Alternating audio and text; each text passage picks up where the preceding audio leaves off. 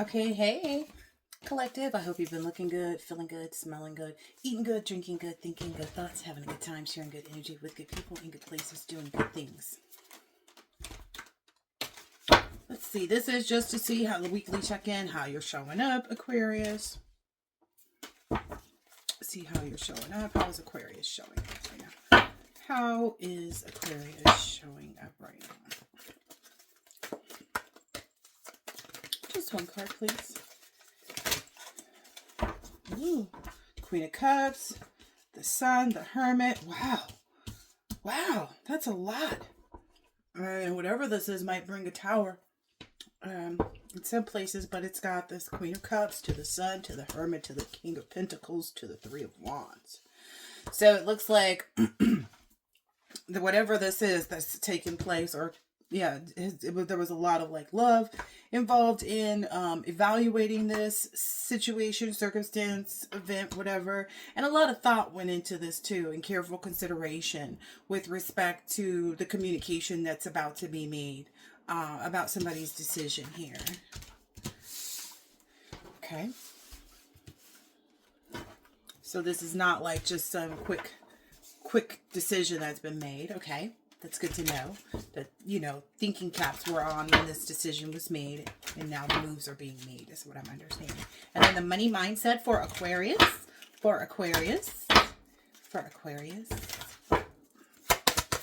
just one. I got two. Ooh, three. Okay. This is a lot. So I feel like there may even be three different energies. There may be someone in your energy. There may be someone outside of your energy. And then I feel like, okay, so two of these cards I feel like are for Aquarius. And then there's one like for someone outside of Aquarius. But anyway, meltdown. Meltdown occurs when we have just spent our last dollar and the car breaks down. It's when the rent is due and payday is 2 weeks away. Meltdown is not fun and it leads to fear. This is the time when trust is paramount. Pray and turn your financial woes over to a higher power. Believe you will be taken care of, and you will be. Let the process of meltdown lead you to the experience of trust. Affirmation. I know I will always be taken care of by spirit. Hold on one second. Let me check some. Okay. I guess I don't know how to use my phone yet still, but it's no biggie. Because I actually paused it, so I have to put this video back together for you. But that's meltdown, and it said something about trust in there, and that was the other card here for Aquarius. It's how much do you trust yourself with money? How much do you trust yourself in general? Money matters must involve faith and trust. Two of the elements our egos work on destroying. Remembering your source of all goodness is spirit. If you need to take small steps in trust, do it. Know that spirit is there with you, helping to pay one bill at a time, save $1 a day. Trust as you do this. Your investments will grow, your debts will go down. Learn to trust yourself with your money. Learn to trust that you can be trusted. Affirmation. I trust myself and spirit in the handling of my financial affairs. Encouragement. And then there's commitment here. Commitment. Can you make a commitment to healing your relationship with money? You say you want to be prosperous, but can you put your behaviors on the line and do what it takes to permanently change? Consciously or unconsciously, it's easy to take on vows of poverty. Take the first step towards financial healing. Make the commitment internally. Declare wealth consciousness and seek help in changing. Find support. Align yourself with others who are prosperous. Marry a vision of financial abundance by setting your intention to change. Affirmation. I wholeheartedly commit to a healthy and wealthy relationship with my money. Encouragement. So just a lot of encouragement here for this Aquarius reading. And then in the Creative Whack Pack, which is a business deck, so pertaining to entrepreneurial and business matters, even if you're looking just to move up within a company that you're already in. There we go. Nice and easy. Learn from mistakes. On his way to creating the light bulb, Edison discovered 1,800 ways to not build one. One of Madame Curie's failures was radium. Columbus was looking for China. Errors are one of life's primary learning vehicles. That's because success reinforces the way you do things. When you fail, however, you learn what's not working and you get the opportunity to try new approaches. He's already said that, right? What mistakes might you make in your current issue? What might you have to learn?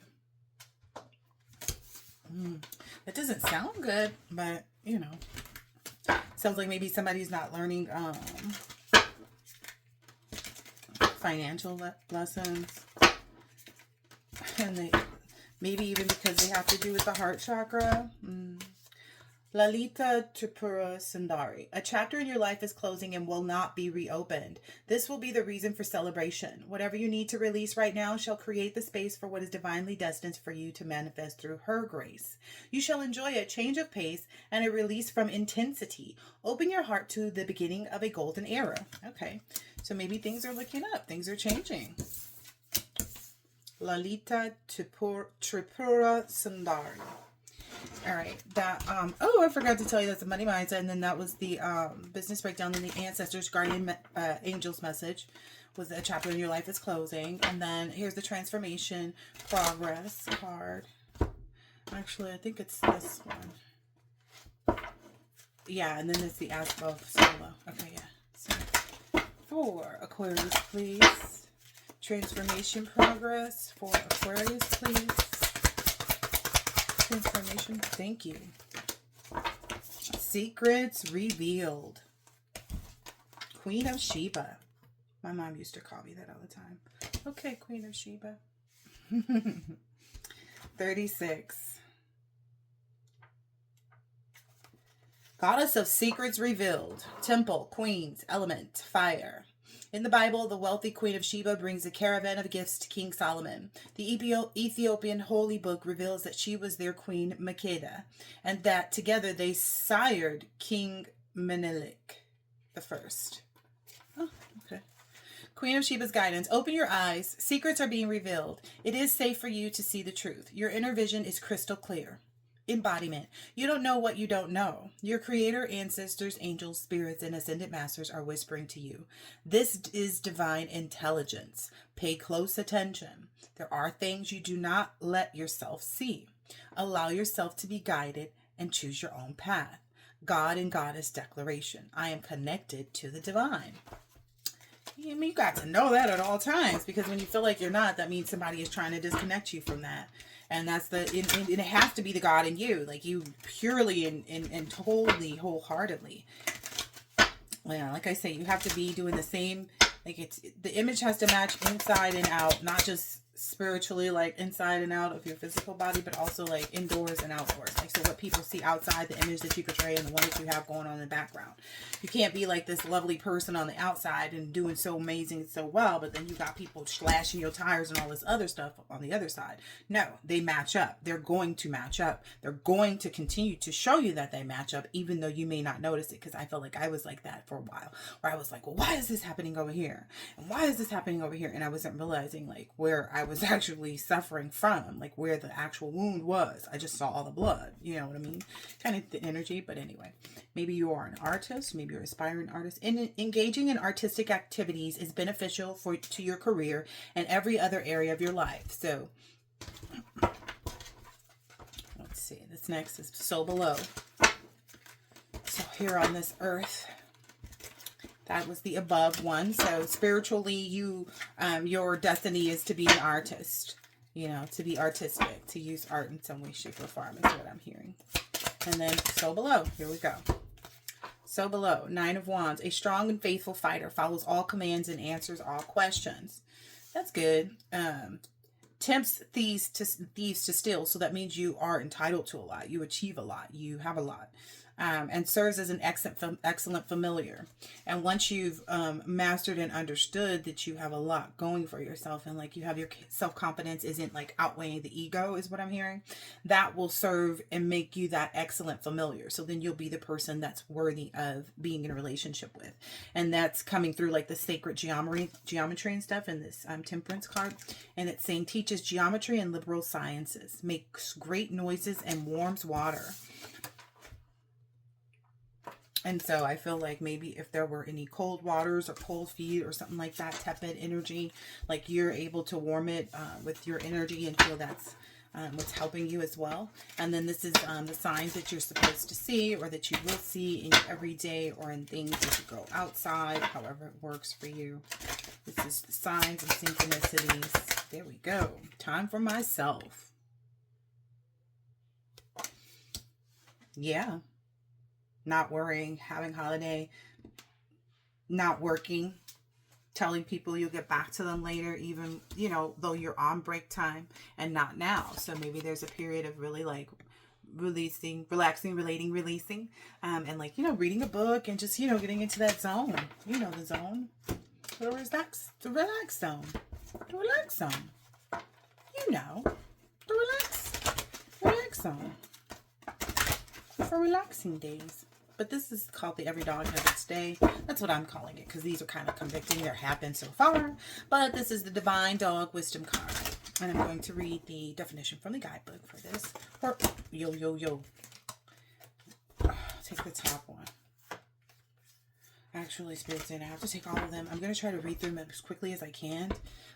But maybe you're just finishing up some setting boundaries. And you're learning how to really do that. Stepping into this like accountability phase. Cleaning up your mess. And then taking action. And seizing the day. And because you've maybe either you've been in this boredom energy, or, you know, if you're not ready to sit and stay, you're sitting in this boredom energy, right? So if you're not seizing the day and going out to play, you're in this boredom energy, and it's maybe due to some type of companionship. Maybe it's either someone that you're connected to or not connected to. Take it how it resonates. Let's see. Companionship is the first one here. Actually, it wasn't. It was accountability. No. It was accountability. Clean up your mess. So accountability first.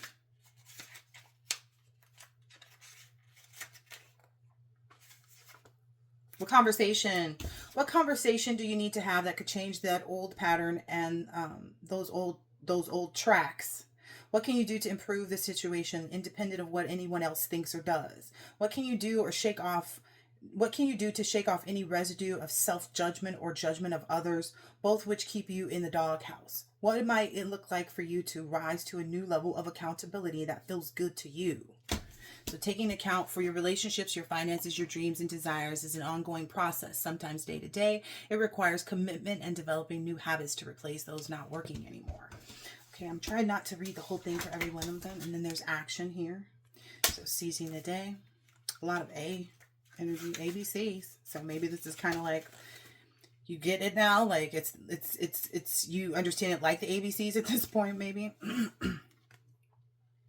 So it says, the time is right for a good look at your own personal inertia. Ask yourself if it might be time to take some action, however large or small, to capture more passion, joy, and everyday fulfillment. Are you growing increasingly comfortable staying where you are in work, relationships, or with some project you've been procrastinating on completing? If not, a big leap, then what would be some step or action you could seize upon now that could tip your bowl in a new direction to get it filled up? What could bring you a little closer to a bone or the rewarding situation that you've yearned for, but may have waited for someone else to make happen?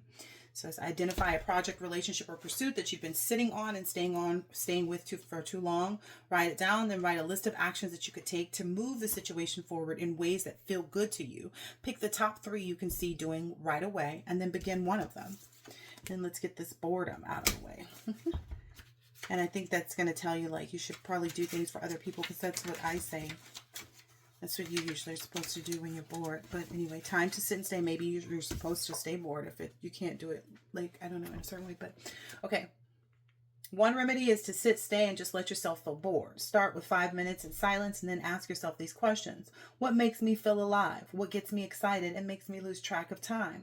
What makes me feel as if I make a difference? And if sitting and being quiet doesn't work for you when you feel bored, go play with no agenda and nothing to achieve or prove. Find your inner pup. So that's a good option too. Like, not take a playful action towards, yeah. Be lighthearted, because that's always the goal, right? That brings us into that heart light as a feather. And then companionship. Consider these questions. Who needs assistance, a kind word, or a compliment?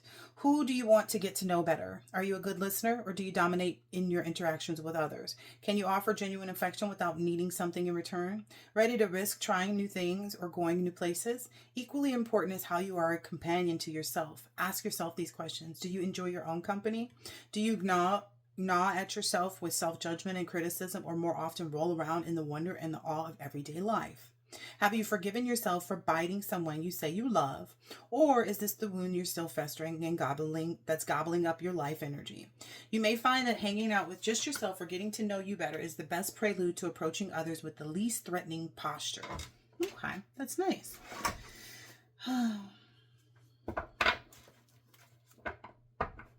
When you're ready and open, you'll once again find that sharing joys and discoveries, trials and tribulations with one another adds greater meaning and value to those precious and fleeting years. For some, companionship is the very reason for being. You know, I've always thought about that too. Like I see the reason for companionship. Like if people don't want to be married and things like that too. I see the desire and the need for companionship because everybody wants somebody. Like even if they don't, like if their heart is afraid of whatever it's afraid of, they are still going to seek it out in whatever way, even if it's just, you know, through companionship.